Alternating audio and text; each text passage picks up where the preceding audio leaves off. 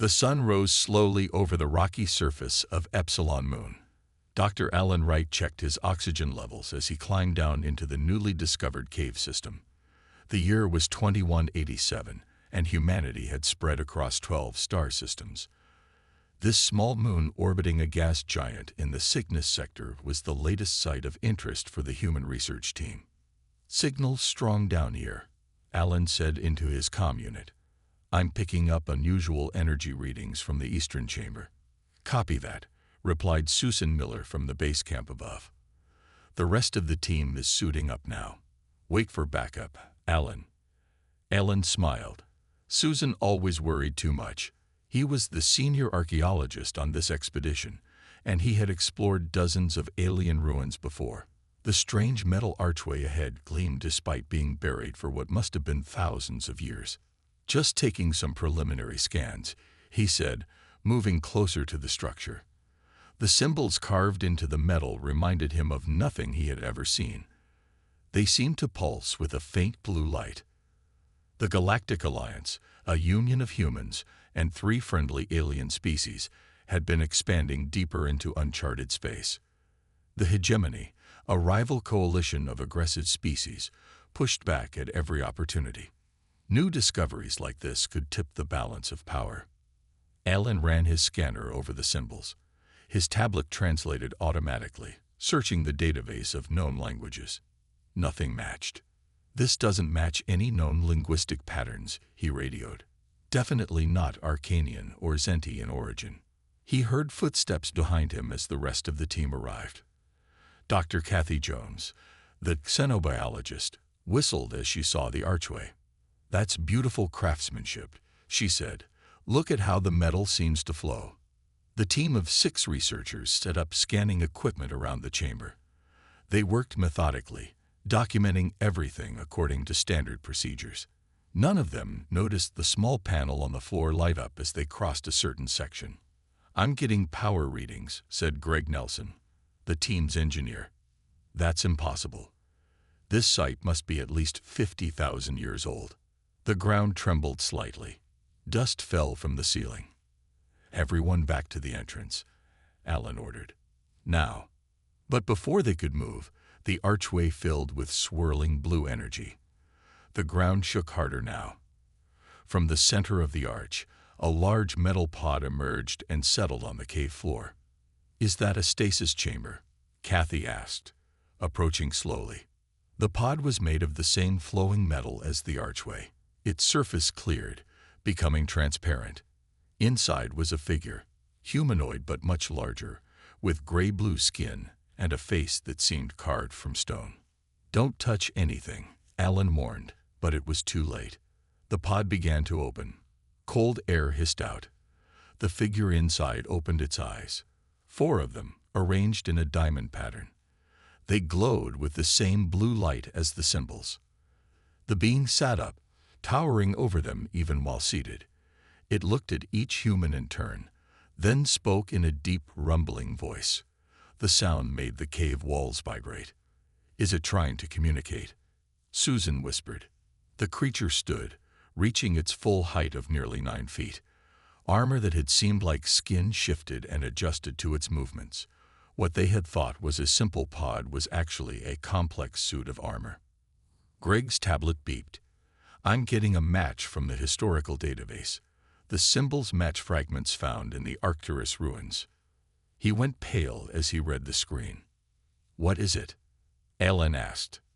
"If this translation is correct, we just woke up Kraz-Thul, the world ender. The ancient texts say a single Vordak warrior could destroy an entire civilization." The being, Kraz-Thul, reached out with impossible speed, grabbing Alan by the throat and lifting him off the ground. The others backed away in terror. News of the discovery spread quickly. Within hours, emergency transmissions reached every human colony and Alliance outpost. Historical records were searched. The few references found all said the same thing. The Vordak were unstoppable warriors who had vanished 50 millennia ago after rampaging across the stars. And now, one had awakened. Lisa Winters had joined the research team just 3 months ago. Fresh out of the academy with a degree in xenolinguistics, this was her first off-world assignment. Now she watched in horror as Kraz Thul held Dr. Wright by the throat. The alien warrior spoke again, the strange sounds making the cave walls vibrate. Dr. Wright struggled uselessly against the massive gray-blue hand. "We need to do something," Susan whispered, her hand hovering over her emergency beacon. Lisa stepped forward slowly. Her professors had always said she took too many risks. This was certainly proving them right.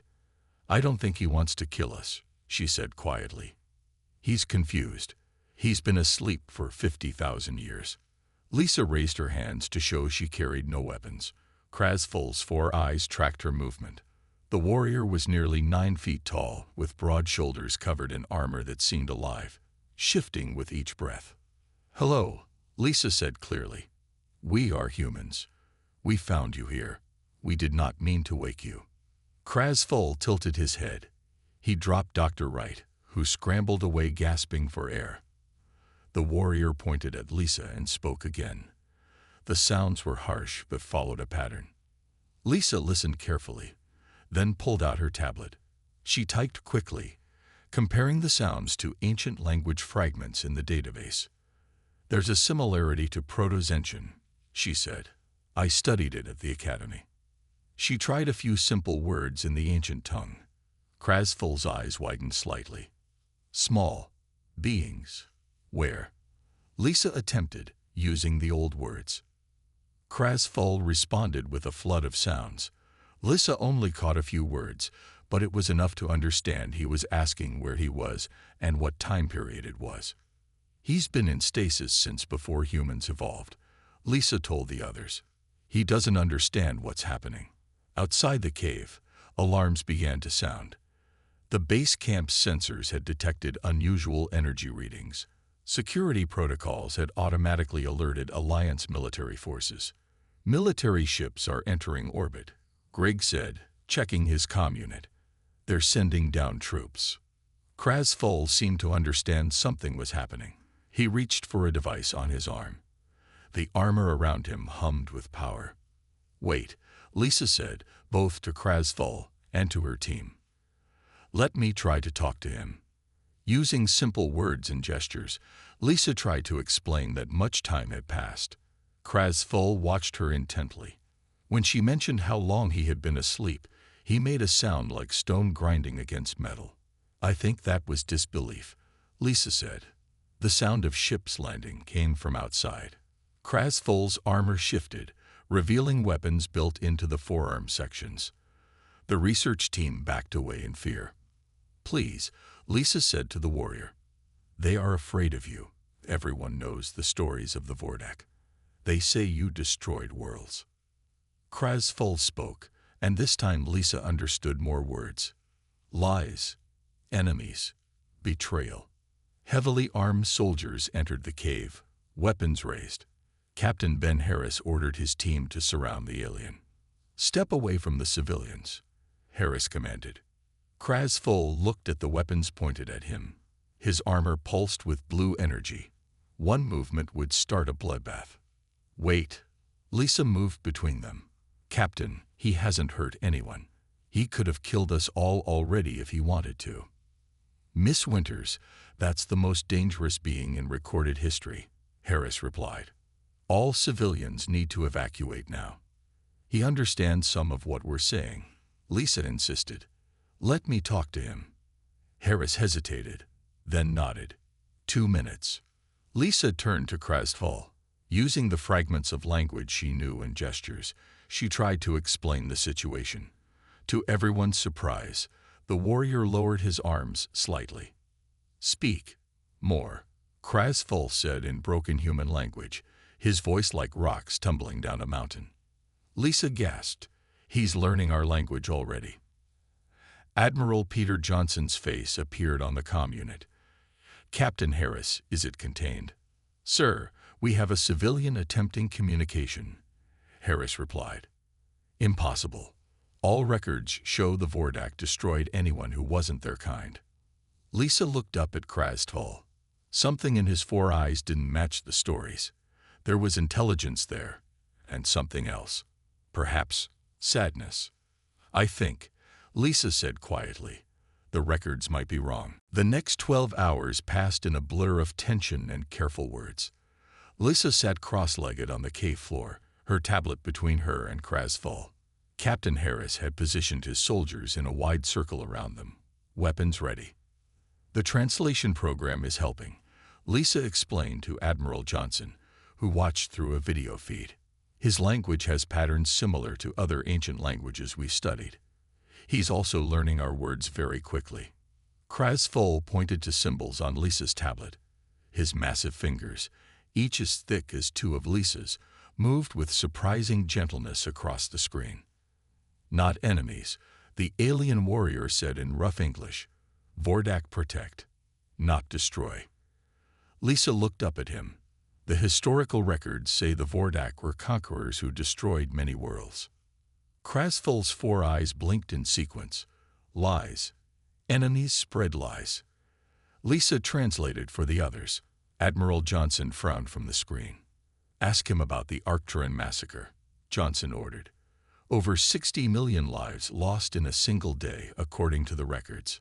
Lisa hesitated, then asked. Krasful's armor changed color slightly, darkening from blue-gray to nearly black. Arcturans attacked peaceful worlds, he said slowly, searching for the right words. Small species with no defenses. Vordak stopped them. Saved millions. Enemies wrote false history. As Lisa translated, Dr. Wright stepped closer despite Captain Harris' warning gesture. You're saying the Vordak were protectors, not conquerors? Wright asked. Krasful nodded, the human gesture looking strange on his alien face. Vordak code. Protect weak. Fight only to defend.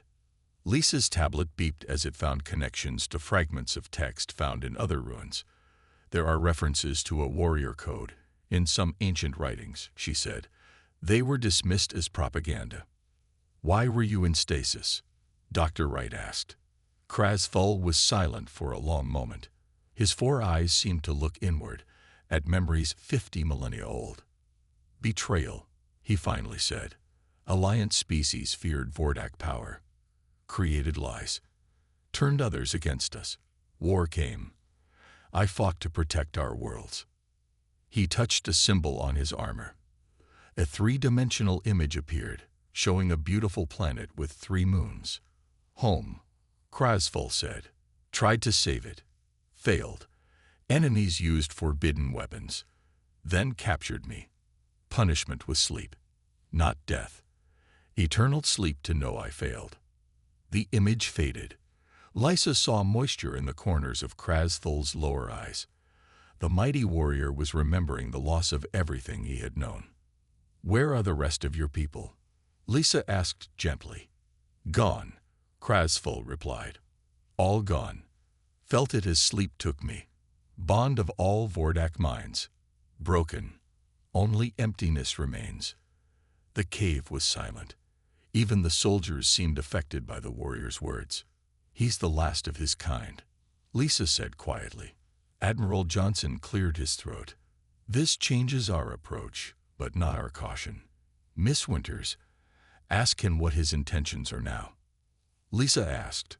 Krasful looked around at the humans, his gaze lingering on their weapons. No home, no people, no purpose, he said. Then he looked directly at Lisa. But still have code. Still must protect. If your word's true, if 50,000 cycles passed, galaxy different now. Must learn. Captain Harris lowered his weapon slightly. Admiral, I don't think he's an immediate threat. I agree, Admiral Johnson said after a pause. But the hegemony will react differently when they learn about this. They'd been searching for Vordak technology for decades. As if summoned by his words, alarms began to sound throughout the base camp. A soldier rushed into the cave. Sir, we're detecting multiple hegemony warships entering the system, he reported. They're broadcasting demands for us to surrender the Vordak warrior to them. Krasful stood to his full height, his armor shifting to combat mode. Hegemony, Lisa explained quickly. They're an alliance of species who conquer others. They're enemies of humanity. Krasvol's 4 eyes narrowed. Enemies of weak are enemies of Vordak. He looked down at Lisa. We'll fight with humans. Honor demands it. Admiral Eric Daniels arrived on the planet 6 hours later. His flagship, the Alliance vessel Horizon, now orbited above them alongside 5 other battleships. The admiral was a tall man with a stern face and gray hair. He had fought the hegemony for 20 years. The hegemony fleet has grown to 12 ships, he told the gathered officers in the base camp's command center. They're demanding we hand over the Vordak warrior or they'll attack. Lisa sat nearby with Krasvol. The warrior looked uncomfortable in the human-sized room. His head nearly touched the ceiling even when seated. Why do they want you so badly? Lisa asked him. Vordak technology, Krasvol replied. His English had improved quickly. Weapons, ships, knowledge. Also fear. Vordak fought hegemony ancestors long ago. Admiral Daniels approached them cautiously. Though he had been briefed, seeing the massive alien warrior in person was different. Our scans detected unusual energy readings from your armor, Daniels said. The hegemony claims you possess knowledge of ancient weapons. Krasvol's 4 eyes focused on the admiral. Some truth in that. Vordak created many things. Not all were weapons. We're outnumbered and outgunned, Daniels said bluntly. The hegemony fleet carries planet-killer missiles. If they attack, many will die. Then let me go, Krasvol said. One life for many. Lisa jumped to her feet. No, they'll torture you for information. Then use whatever they learn to attack us anyway. A young officer rushed into the room. Sir, we're detecting energy spikes from the hegemony ships. They're launching fighters. Alarms blared. The base shook as distant explosions sounded. They're targeting our orbital defenses, Captain Harris reported. First wave of ground troops will land within 20 minutes. Krasvol stood, his armor flowing into full combat configuration. Weapons emerged from hidden compartments. I will fight, he said. Vordak code demands it. Admiral Daniels looked up at the warrior. Can you help us defend against their troops? Yes, Krasvol replied. But better plan exists. Small team. Strike enemy command ship. Disrupt attack. That's suicide, Harris argued. Their flagship is surrounded by the entire fleet. Krasvol touched his armor. A holographic display appeared, showing the hegemony fleet formation. Weakness here, he said, pointing to a spot between 2 ships. Sensor gap. Small ship can pass. Daniel studied the display. Even if we get through, their flagship defenses are too strong. Not for Vordak, Krasvol said. His armor shifted again, revealing more weapons. My armor designed to breach any ship. Lisa watched the exchange, then spoke up. I need to go too. He still doesn't fully understand our language or technology. Absolutely not, Daniels replied. This is a military operation. Without her, mission fails, Krasvol stated firmly. Need translator. Another explosion rocked the base, closer this time. Sir, our outer defenses are down, an officer reported. Hegemony dropships approaching. Daniels looked from Lisa to Krasvol, then nodded sharply. Captain Harris, prepare a stealth shuttle. You'll command the mission. Yes, sir, Harris replied, though he looked unhappy about it. 20 minutes later, Lisa found herself strapped into a seat aboard the Alliance shuttle Sparrow. Beside her, Krasvol filled most of the passenger compartment. 4 Special Forces soldiers checked their weapons nervously. Launch in 30 seconds, the pilot announced. Stealth systems engage. The shuttle shot from its hidden bay, accelerating toward space. Through the view screen, Lisa saw explosions as hegemony and Alliance ships exchanged fire. Head for the coordinates the Vordak provided, Harris ordered.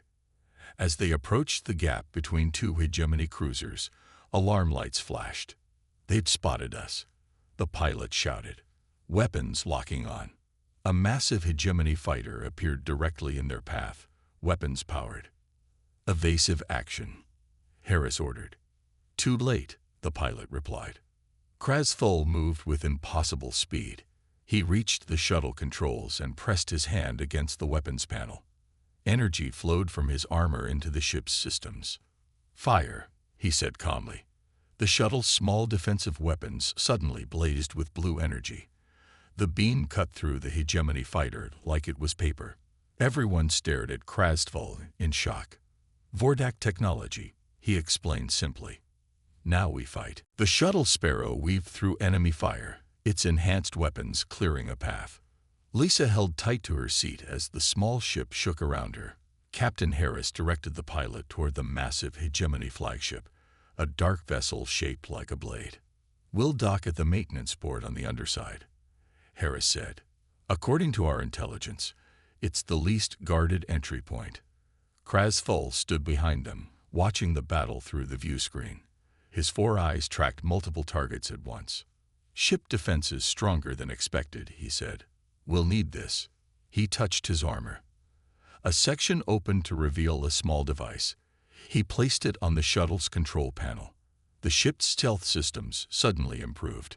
On the radar display, enemy targeting systems lost their lock. Amazing, the pilot said. They can't see us anymore. They approached the underside of the flagship. The maintenance port looked tiny against the massive ship. Harris gave quiet orders to the Special Forces team as they prepared for boarding. What exactly is the plan once we're inside? Lisa asked Krasful. Find command center. Disable weapons.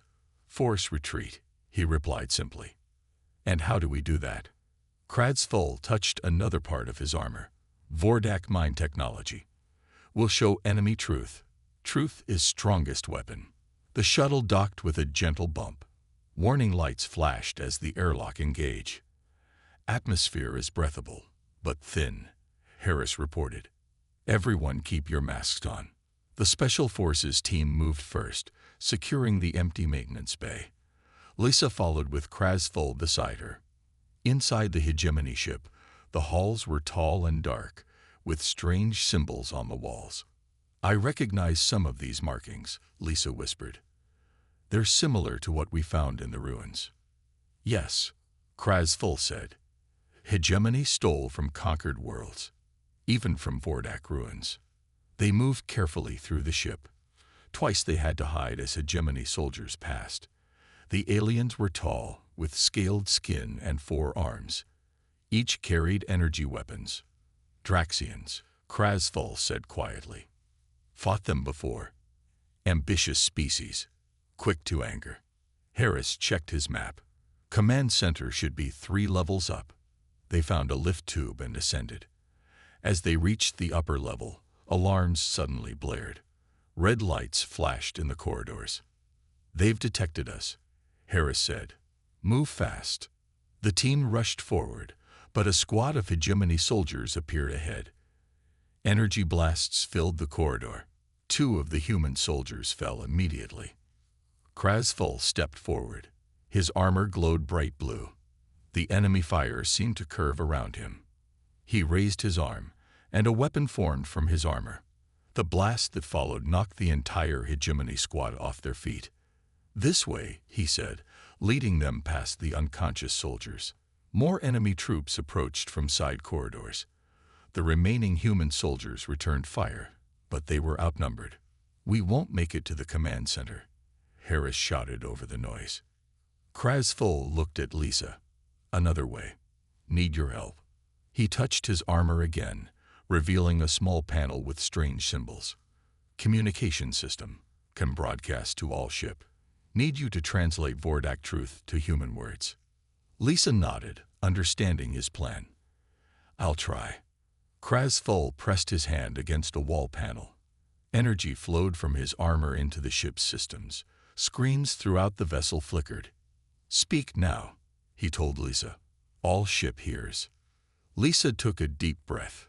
This is Lisa Winters of the Galactic Alliance. We are here with Krasful of the Vordak. He is not your enemy. The ancient stories about the Vordak are false. As she spoke, Krasful connected another device to the panel. Images began to appear on all screens throughout the ship. true images of Vordak history, showing them protecting weaker species, building rather than destroying. The Vordak were protectors, Lisa continued. They fought to defend those who couldn't defend themselves. They followed a code of honor. The firing around them slowed as some hegemony soldiers stopped to watch the screens. Look at your own history, Lisa said. The truth is there if you search for it. Krasfol looked at her with what might have been pride in his 4 eyes. Human speaks truth well, he said. Maybe not all hope lost. The flight back to Earth was tense. Lisa spent most of it studying the data from Krasfol's stasis pod. The Alliance scientists had managed to copy the information before they left Epsilon Moon. Now, as their ship jumped through hyperspace, she worked to decode it. This is incredible, she told Krasfol, who sat beside her in the ship's science lab. His massive frame made the human-sized chair look like a child's seat. According to this, the Vordak built something massive. Not a weapon, but some kind of system. Krasfol nodded, his 4 eyes blinking in sequence. The Great Harmony. Our greatest achievement. Admiral Daniels entered the lab, looking tired but determined. The battle at Epsilon Moon had ended in a stalemate. Both Alliance and Hegemony forces had withdrawn, but the Hegemony leaders had made their intentions clear. They believed Krasfol possessed information about an ancient superweapon, and they would do anything to get it. They're threatening Earth now, Daniels said without preamble. Their ambassador just delivered the message. Either we hand over the Vordak and all related technology, or they'll target major human population centers. Lisa looked up from her work. They think he knows where to find a superweapon. Do you? Daniels asked Krasfol directly. The warrior was quiet for a moment. Yes and no. Not weapon as they think. Vordak created system to make worlds, not destroy them. A terraforming system? Lisa asked, excitement in her voice. Yes. Great Harmony changes planets, makes dead worlds live, helps life grow. Krasfol touched the datapad. Plans here, location here, hidden for protection. Daniels leaned closer. If it's not a weapon, why does the Hegemony want it so badly? Power, Krasfol said simply. Control life, control all. Could use wrong way. Reverse process. Make living worlds dead. Lisa gasped. They could hold entire planets hostage. Daniels turned to Lisa. Can you pinpoint the location from these files? She scrolled through the data. I think so. It mentions a star system with specific coordinates. Her fingers flew over the keypad. It's in unclaimed space, beyond the Cygnus Arm. A place called, the closest translation would be Silent Valley. We need to get there before the Hegemony does, Daniel said. If they find this system first. Need help, Krasfol interrupted. System complex. Vordak technology. Humans cannot operate alone. Lisa looked at the data again. He's right. The operating principles are unlike anything we've developed. We'd need someone who understands both Vordak and human technology. The ship's intercom chimed. Admiral, we're receiving an urgent transmission from Earth. The Hegemony fleet has changed course. They're heading toward the Cygnus Arm outer boundary. Daniels frowned. They must have had spies in the ruins. They already know where to look. Lisa stood up. We need to go now. It's too dangerous, Daniels argued. We don't have enough ships to engage their fleet. Don't need fleet, Krasfol said. Need small team. Stealth approach. The Admiral considered this. I could authorize a small scout ship, fast and undetectable. I'm going, Lisa said firmly. I understand the data better than anyone. Need human science expert too, Krasfol added. Someone who understands energy systems. Daniels nodded. Dr. Sam Kelly is our best physicist. He's on Earth now, but we can pick him up on the way. 3 days later, Lisa stood on the bridge of the scout ship Swift Arrow. Beside her were Krasfol and Dr. Kelly, a brilliant but nervous man in his 40s. Captain Harris had volunteered to command the mission. We're approaching the coordinates, Harris reported. Long-range scans show a small star with 7 planets. The third one has unusual energy readings. On the view screen, a distant star grew larger. Lisa felt her heart beat faster. They were about to find a technology that had been lost for 50,000 years. Hegemony ships detected, the sensor officer announced. 3 cruisers in orbit around the third planet. We're too late, Dr. Kelly said. Krasthul studied the screen, his 4 eyes narrowing. No, time still exists. Third planet has defenses. Hegemony cannot land yet. They search for entry point. Lisa looked at the data one more time. The control center is deep underground. According to this, there's a hidden access point on the dark side of the planet. Krasthul nodded. Can show way. Must hurry. Captain Harris gave the order. Take us in. Stealth systems at maximum. The swift arrow slipped past the Hegemony cruisers, heading for the shadow of an ancient world that held secrets older than humanity itself. The swift arrow landed quietly on the dark side of the third planet. The surface was rocky and cold, with strange crystal formations that glowed with soft blue light. Lisa, Krasthul, Dr. Kelly, and Captain Harris stepped out wearing environmental suits. The air was thin but breathable. The entrance should be 2 kilometers north, Lisa said, checking her scanner. Hidden inside a mountain formation. They walked in silence, their lights casting long shadows across the ancient landscape. Krasthul moved with surprising grace despite his size. His 4 eyes scanned the horizon constantly. No one has walked here for 50,000 years, he said. His voice was filled with emotion. They reached a tall cliff face made of dark stone. It looked solid, with no visible entrance. This is it, Lisa said, but I don't see a way in. Krasthul stepped forward. He placed his hand against the rock. His armor glowed, and patterns of light spread from his fingers across the stone surface. With a low rumble, a section of the cliff slid away, revealing a passageway. Vordak blood key, he explained. Only Vordak can open. Inside, the passage led deep underground. The walls were lined with the same crystal that grew on the surface. As they walked, the crystals lit up, responding to Krasthul's presence. Amazing, Dr. Kelly whispered. These crystals are still active after 50 millennia. They reached a vast chamber filled with technology unlike anything the humans had seen. A central console rose from the floor, surrounded by floating displays and control panels. The heart of great harmony, Krasthul said.